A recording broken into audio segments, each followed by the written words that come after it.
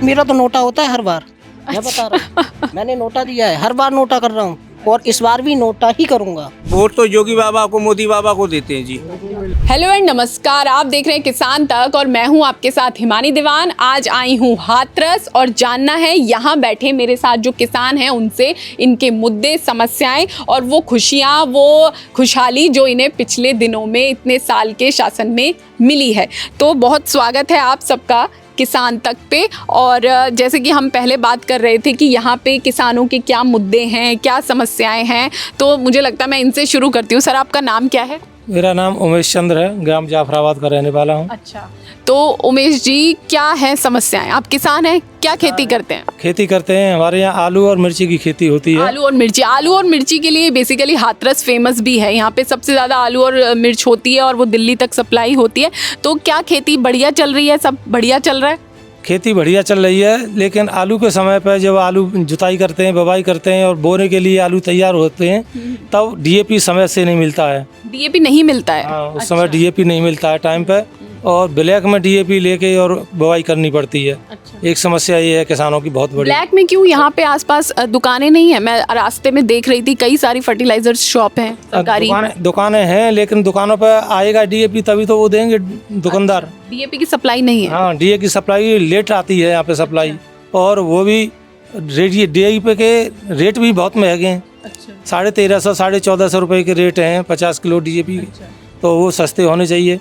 अगर मैं एक 5 साल की उसकी बात करूं तो आज कितना रेट है डीएपी का? 1300-1400 आप बोल रहे हैं, महंगा हो गया या उतना ही चल रहा है और महंगा लगता है आपको? 5 साल से आप लोग कह रहे हैं कि महंगा है। हाँ, 5 साल से महंगा है, पहले बहुत सस्ता था। पहले से? हाँ, एमओपी पोटास भी बहुत महंगी हो गई है।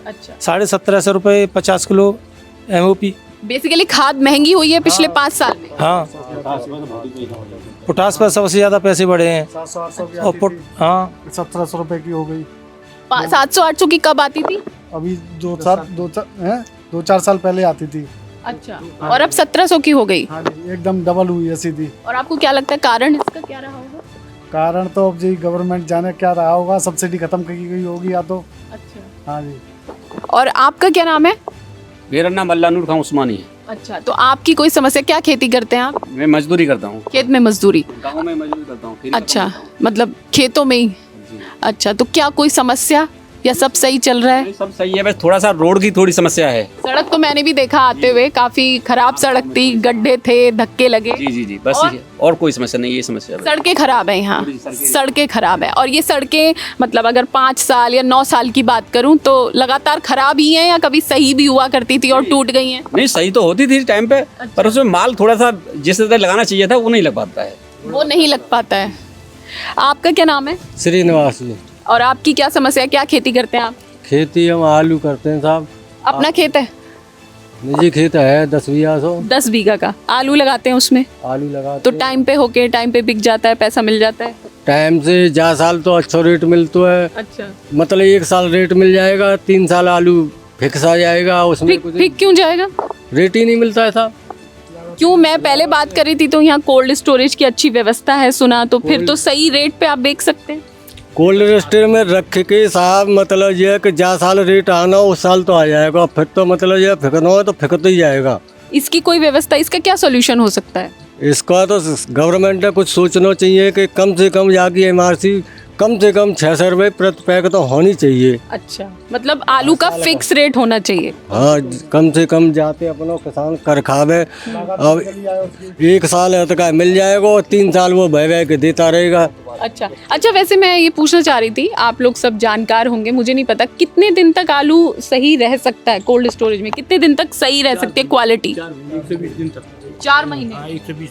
अच्छा, 120 दिन तक नहीं बिका तो उसके बाद फिर तो नुकसान है आपका? नुकसान ही नुकसान है, कलर जाता है उसका। बंद कर देते हैं अपने कोल्ड स्टोरों को। अच्छा, कोल्ड स्टोर मालिक होते हैं ना, वो बंद कर देते हैं अपने माल। अच्छा, दूसरे इलाके से नई फसलें आना शुरू हो जाती हैं, तो यहाँ की जो फसल है वो कमजोर पड़ जाती है। जब दूसरे स्टेट से नया आलू आ जाता है तो यहाँ जो रखा आलू है उसकी क्वालिटी कमजोर मानी जाती है, इसलिए उसे खरीदते नहीं है लोग, इसलिए उसे खरीदते नहीं है। अच्छा, तो आप लोग, मुझे लगता है ज़्यादातर लोग आलू लगा चुके होंगे या लगाते होंगे, तो 120 दिन में नहीं बिकता ऐसा ही होता है या कभी कभी होता है और बिक जाता है, क्या रहता है, क्या है मतलब? लोग बेच देते हैं, कुछ नहीं बेच पाते हैं। हाँ, ऐसा नहीं कुछ- बेच पाने का क्या है कि वो रेट का और इंतजार। रेट के कारण नहीं बेच पाते हैं। कुछ देखते हैं आगे और रेट बढ़ जाएगा तो आगे और पैसे अच्छे मिल जाएंगे। तो आप एक प्रगतिशील किसान हैं, तो आप बताइए कि क्या सही तरीका है? क्या किसान इसमें ज़्यादा मतलब चालाकी करने की कोशिश करते हैं कि बहुत अच्छा रेट मिलेगा तभी बेचेंगे, या क्या क्या तरीका सही क्या है? आलू पैदावार के ऊपर भी डिपेंड करता है। अगर अच्छी पैदावार होती है और अधिक उत्पादन होता है और डिमांड कम होती है तो नहीं बिक पाता है। अगस्त के महीने में दूसरे स्टेट में आलू की फसल आ जाती है। और ये सभी को पता है, मुझे लगता है किसानों को। हाँ, तो उससे पहले बेच लेना उससे चाहिए। पहले बेच लेना चाहिए। अगर दूसरे स्टेट की फसल आ गई तो फिर आलू जब मार्केट में पर्याप्त मात्रा में मौजूद है तो वो रेट नहीं मिल पाता। तो और आप इस बात से सहमत है कि अगस्त से पहले बेच लेना चाहिए? हाँ सहमत हैं हम सब। मतलब ये कि अब हमारी लागत आ रही है आलू तैयार करने में 500 रुपया की। अच्छा, कितना आलू तैयार करने में 5,000 मतलब 500 रुपया प्रति पैकेट के पड़ रहा है। लागत? पैकेट मतलब कितना किलो?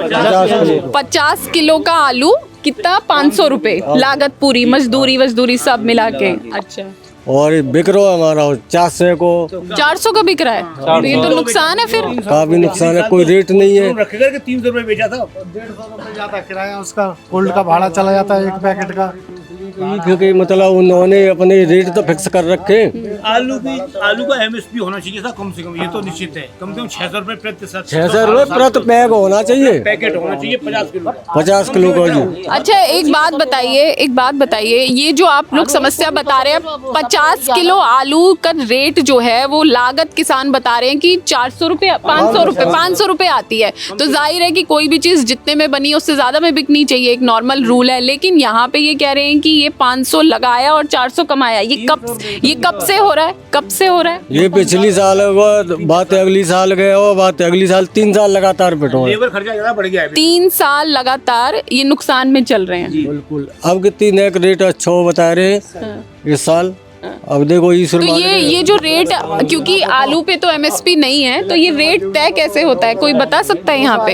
ये मंडी के ऊपर जाता है साहब। मंडी मतलब व्यापारी वहाँ जो होते हैं। हाँ, हम अपना रेट नहीं रख सकते, जो व्यापारी करते हैं वही करते हैं और उन्हीं की चलती है। हमारी जो खाली बैग जाता है बोरी जूट का लग के हम 30 रुपया को आ रहा है और बाबू को वजन काट के जब हमें रेट मिलता है बाबू को, वो हमारी बोरी हटका व्यर्थ में जा रही है जूट की। किसान की मजबूरी है कि वो अपना रेट तय नहीं कर सकता। लेबर के रेट काफी बढ़ चुके हैं। अच्छा, किसान की मजबूरी ये है कि किसान यहाँ से बाहर नहीं ले जा सकता अपना माल। अगर अपना माल बाहर ले जाता है, कहीं रेट होते हैं बम्बई, कलकत्ता या मद्रास, कहीं दूसरी जगह, अगर वहाँ ले जाता है तो उसको रास्ते में पकड़ लिया जाता है। अच्छा, हाँ, उसको टैक्स देना होता है और टैक्स भी उसकी सीमा नहीं है कितना टैक्स है, तो इसलिए किसान बाहर नहीं ले जा सकता अपना माल। अच्छा। और यहाँ मंडियों में दाम नहीं मिल रहा पूरा। यहाँ अपने पास आसपास दाम नहीं है, उसमें महंगाई नहीं है। किसान को इतनी नॉलेज नहीं होती है ना, किसान को इतनी नॉलेज नहीं होती है कि हमें कहाँ बेचना है, कैसे सप्लाई करना है। पर सबसे पहले प्रॉब्लम तो इस बात की है कि किसान को नॉलेज नहीं है। अच्छा, यहाँ पे अगर मैं बात करूँ मंडी का क्या है, मतलब आप लोग यहाँ, क्या गांव का नाम हुआ इसका? लाखनू नाम है गांव का। हाथरस के लाखनू गांव में मैं हूँ। तो यहाँ से मंडी कितनी दूर है जहाँ आपको ले जाना होता है? 10 किलोमीटर। 10 किलोमीटर दूरी है यहाँ से, मंडी हाथरस में है। अच्छा। तो वहाँ क्या है, जो व्यापारी फिक्स कर देते हैं पैसे, वही रेट लगता है हमारा। हमारा खुद का कोई रेट नहीं है किसान का, कोई रेट नहीं, न सरकार का कोई रेट है। 500 रुपये लागत पैकेट आता है 50 किलो आलू का। मार्केट में 300 रुपये में जाता है, 400 रुपये में जाता है। यहाँ से हम हाथरस ले गए, भाड़ा लगा, मजदूरी लगा, हमारा जूट का लगा उसमें कट्टा, वो सब व्यर्थ चला गया हमारा।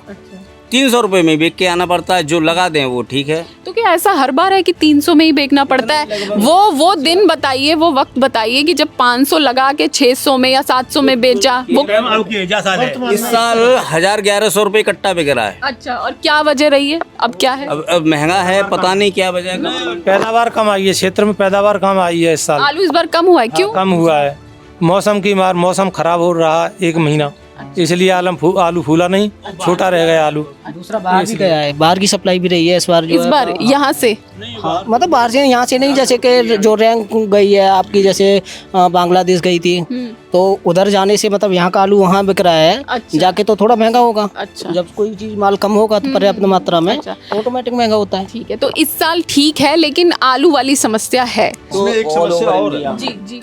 इसमें एक समस्या ये है कि अगर हम अपने मन माफिक कोई दूसरी फसल करना चाहें, जैसे लीक से अलग हटके जहाँ नुकसान कम हो, फायदा अधिक हो, तो वो इस वजह से नहीं कर सकते कि जंगली जानवर उसको काफ़ी नुकसान पहुंचाते हैं। जैसे माना कि मैं अगर अरहर की खेती करता हूं, उसमें बहुत कम लागत है, अच्छी खेती है, लेकिन पूरे इलाके में अगर मैंने फसल की तो उसमें नील गाय छोड़ेंगी नहीं, खा जाएंगी। छोड़ेंगी नहीं, वो मैंने अभी देखा यहाँ पे जिस तरह आई थी। तो हर फसल अपने इस तरह से नहीं करनी पड़ती, वही करनी पड़ती है जो क्षेत्र में हो रही है। जो क्षेत्र में हो रही है, मतलब नए एक्सपेरिमेंट नहीं कर सकते, नहीं कर सकते, चाह के भी नहीं कर सकते। नहीं। अच्छा, आप शायद कह रहे थे कि क्वालिटी खराब होगी तो सरकार कैसे उस पर रेट दे पाएगी, लेकिन मैं ये कह रही हूँ कि जो ये बात कह रहे हैं कि जब क्वालिटी हमने बेहतर दी, जैविक खेती की, उसमें पेस्टिसाइड नहीं है, वो ज़्यादा है, तो उसको लेके कोई बात होती है? सब्जियों के अगर मामले में बात करें तो आपने जैविक खेती करके आलू मिर्चियाँ उगाई, उसको लेके कोई मार्केट है, या आप बताएं कि मेरी तो क्वालिटी बहुत अच्छी है? ऐसी कोई मार्केट नहीं है, सब एक साथ सब एक ही रेट में जाते हैं सारे, सब एक ही रेट में जाते हैं। तो फिर जैविक खेती करने वाले कैसे बेचेंगे? हमने जिलाधिकारी महोदय को, कृषि विज्ञान केंद्र को, कृषि अधिकारियों को ये अवगत कराया इसके बारे में, और ये कहा कि मंडी में एक दुकान हमें अलग से अलॉट करा दो जहाँ जो ऑर्गेनिक बिके, तो वो आज तक नहीं करा पाए। आश्वासन तो दिया लेकिन करा नहीं पाए। मेरे पास, मैं 9 साल से गो आधारित प्राकृतिक खेती कर रहा हूँ, सेवानिवृत्त होने के उपरांत। जब मेरे जैसा किसान भी अपने प्रोडक्ट को नहीं बेच पा रहा, मेरा पिछले साल इंडिया ऑर्गेनिक से सर्टिफिकेट भी है, जुलाई में डीएम मैडम ने दिया भी था मुझे। डीएम मैडम ने निर्देश दिए थे कृषि विभाग को, आज तक एक जगह उपलब्ध नहीं हो पाई मंडी में, तो अपने प्रोडक्ट को कहाँ बेचें। आप जैविक खेती मैं गो आधारित प्राकृतिक खेती करता हूँ और किसानों को समझाता हूँ। मेरा हमारा भाई साहब भी कह रहे हैं, अगर किसान थोड़ा सा समझ के करे, हमने जब शुरू में ऑर्गेनिक खेती करी, प्राकृतिक खेती करी, तो हमने नुकसान उठाया, मगर उससे हमने जो तजुर्बा लिया है, हम किसान को समझाते हैं कि पहले साल में वो 25% की कटौती करे, 100 ना करे, और साथ में जैविक लगावे, तो उसका प्रोडक्शन नहीं घटेगा। 19.5-20 की तो हम कहते नहीं हैं, नहीं, प्रोडक्शन भी नहीं घटेगा, और उससे जो उत्पादन प्राप्त होगा वो उच्च गुणवत्ता का होगा। तो उसे स्वास्थ्य संवर्धन, पानी की भी देखो, हम गेहूं काटते हैं, किसान का जो रासायनिक का गेहूं है वो 4 से 5 पानी लेता है, हमारा गेहूं मात्र 3 पानी में पक जाता है। सरसों भी हम 1 पानी में उठा लेते हैं, सरसों तो और लोगों की भी 1 पानी में उठ जाती है।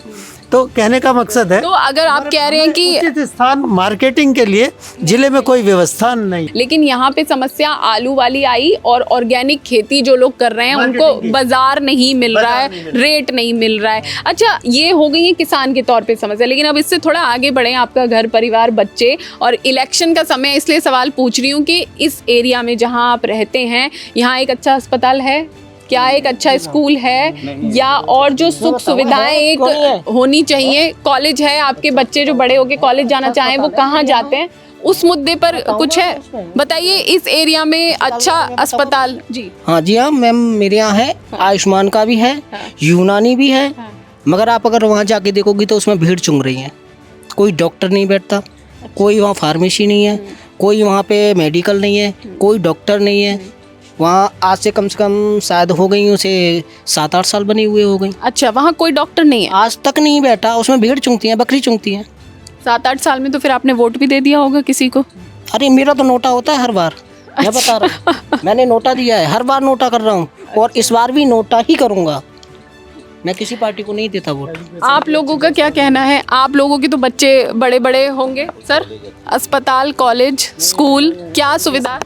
ये सुविधा हाथरस स्तर पर है, हमारे जिला स्तर पर सुविधाएं हैं। जिला स्तर पे तो है, आप मतलब कितना दूर भेजेंगे बच्चे को? स्कूल यहाँ पे कितना है, कितने स्कूल हैं यहाँ? प्राथमिक विद्यालय? प्राथमिक विद्यालय हर गांव में है आपके गांव में? अच्छा है, सही पढ़ाई हो रही है? अच्छी पढ़ाई हो रही है, पढ़ाई अच्छी हो रही है, लेकिन सुविधा ये है कि वहाँ पे कभी कभी जाते हैं बच्चे और रोजाना नहीं जाते। क्यों? क्योंकि वो अपने काम में लग जाते हैं। आप अपने बच्चों की भी बात कर रहे हैं? मैं अपने की नहीं कर रहा हूँ, हाँ। ज़्यादातर बच्चों की बात कर रहा हूँ। ज़्यादातर बच्चे उनके गार्जियंस हैं, वो अपने गाँव में खेती में लगा लेते हैं उन बच्चों को, पढ़ाने के लिए नहीं भेज रहे हैं। और अस्पताल जैसा इन्होंने बताया वैसा ही है। आप यहाँ पे भगवान न करे, खुदा न खास्ता किसी को कोई समस्या है तो कितनी दूर है एक अस्पताल डिलीवरी के लिए या किसी और समस्या के? सरकारी अस्पताल है? सरकारी सारी सुविधा है? लाडपुर में है मगर सुविधा नहीं है उनमें। अगर सही सुविधा लेनी है तो हमें हाथरस ही जाना पड़ता है। हॉस्पिटल तो है मगर उनमें कुछ भी नहीं है, ना डॉक्टर है, ना मशीन है, ना कोई भी चीज़ अवेलेबल नहीं है उसमें। रेफर कर देते हैं हाथरस। प्राइवेट हॉस्पिटल वाले मनमाने पैसा खरीद लेते हैं। प्राइवेट हॉस्पिटल है, उनमें अगर डिलीवरी के लिए या कोई भयंकर बीमारी है उसके लिए इलाज कराने जाते हैं तो मनमाना पैसा लेते हैं। वो किसी के पास पैसा है या नहीं है, उसे कहाँ से इंतजाम करना है, वो पैसा लूटते हैं। ढंग से कोई इलाज भी नहीं होता है, नहीं इतनी सारी सुविधाएं, नहीं इतनी मशीनें हैं। वो सब अपने धंधे बिजनेस में लगे हुए हैं। और अगर सरकारी में भी अगर हम जाते हैं तो वहाँ पे भी लापरवाही करी जाती है। हमारा पेशेंट है, वो डला है तो जैसे डला है, जैसे मैं अपनी मिसेज की डिलीवरी के लिए गया था तो मेरे साथ कोई लेडीज़ नहीं थी उस समय। जो मेरी एक गई थी मेरे साथ में, जो आशा थी, वो बाहर निकल गई। मेरी मैडम पानी के लिए 1.5 घंटे चिल्लाती रही, उसे पानी नहीं दिया गया। अगर ये सब प्राइवेट में सरकारी अस्पताल का ऐसा हाल है। हाँ, ये है कि वहाँ पूरी फैसिलिटी नहीं दी जाती और पूरी तरह से इलाज जो करना चाहिए व्यक्ति को रहना चाहिए जिस हिसाब से, वो नहीं मिलता। तो इनका तो मुद्दा है और इन्होंने कहीं ना कहीं बता भी दिया कि ये नोटा करते हैं। अब इलेक्शन का समय है तो आप लोगों के जो मुद्दे मुझे समझ में आया वो ये है कि आप आलू उगाते हैं लेकिन उसकी कीमत पूरी नहीं मिलती। आप ऑर्गेनिक खेती करने की कोशिश कर रहे हैं या कर रहे हैं कुछ लोग, उसको मार्केट नहीं मिलती, उसको रेट नहीं मिलता, ये आप लोगों की समस्या है। तो फिर मैडम हम तो ये चाहते हैं कि पूरे हिंदुस्तान के अंदर हर फसल का केवल एक फिक्स रेट करे गवर्नमेंट, उससे नीचे कहीं मार्केट में प्राइवेट मंडी में ले जाएं या प्राइवेट कहीं पे भी ले जाएं, उससे रेट नीचे नहीं होना चाहिए। अच्छा एक बात बताइए, आपकी जो बात है इसी को लेके किसान आंदोलन चल रहा है, जानते हैं आप इसके बारे में? हाँ, कुछ थोड़ा बहुत जानते हैं। शंभू बॉर्डर पे किसान आंदोलन चल रहा है और मांग उनकी सारी चीज़ों के साथ एक मांग ये है कि हर चीज़ का एक फिक्स रेट हो। वो एमएसपी गारंटी कानून की मांग कर रहे हैं। तो आप लोग किसान आंदोलन को समर्थन कर रहे हैं, वो चीज़ें चाहते हैं जो वो लोग कह रहे हैं? नहीं, हम किसानों के साथ हैं, हम हर किसानों के साथ हैं, जो आंदोलन कर रहे हैं उनके भी साथ हैं। पर हमें तो गवर्नमेंट से केवल एक ही वो चाहिए समाधान कि हमारी जो भी फसलें किसान की उनकी भी यही मांग, उनकी सबकी मतलब फिक्स रेट करे गवर्नमेंट, जो कंट्रोल रेट रखती है उससे नीचे कहीं पे भी नहीं बिकना, यही मांग है उनकी। आप लोग कुछ कह रहे थे शायद अभी। हमारे यहाँ एक तो न तो सांसद जी कभी आते हैं, न विधायक जी कभी आते हैं, न गाँव में सड़क है, न पानी है, कोई व्यवस्था नहीं है। गांव स्तर पर प्रधान जी हैं, वो कभी कुछ देखते ही नहीं है। बच्चों के लिए वोट क्यों दे देते हैं आप उन्हें? बच्चों के लिए वोट तो योगी बाबा को, मोदी बाबा को देते हैं जी। वोट मिल रहा है योगी जी को और मोदी जी को, तो जो कहते हैं प्रधान जी और जो सांसद जी हैं, विधायक जी हैं, वो काम कुछ नहीं कर रहे, ऐसा इन लोगों की शिकायत है। मुझे तो नहीं पता, आते नहीं है, मिलते नहीं है, दिखते नहीं है, करते नहीं है, लेकिन वोट चला जाता है क्योंकि मोदी जी हैं और क्योंकि योगी जी हैं। हाथरस के इस गांव में मैं थी और आलू और मिर्च की जो खेती होती है उसको लेके किसानों की समस्या थी कि रेट नहीं मिलता। 500 रुपये की लागत आ जाती है, लेकिन जब बेचने जाते हैं तो 300 या 400। प्रगतिशील किसान भी हैं यहाँ को जो ऑर्गेनिक फार्मिंग कर रहे हैं, जिसको लेके लगातार जागरूक किया जा रहा है, लेकिन वो ये कहते हैं हम उगाते इतना अच्छा है तो पाते अच्छा क्यों नहीं है, रेट क्यों नहीं मिलता, ऑर्गेनिक फार्मिंग को बाजार नहीं मिल रहा तो हम कैसे खेती करें। ये थी हाथरस से इलेक्शन कारवां ग्राउंड रिपोर्ट। अगर ये वीडियो आपको पसंद आया है तो इसे लाइक ज़रूर करें। अगर चैनल अभी तक सब्सक्राइब नहीं किया है तो कर लें और नोटिफिकेशन पाने के लिए बेल आइकन भी दबा दें।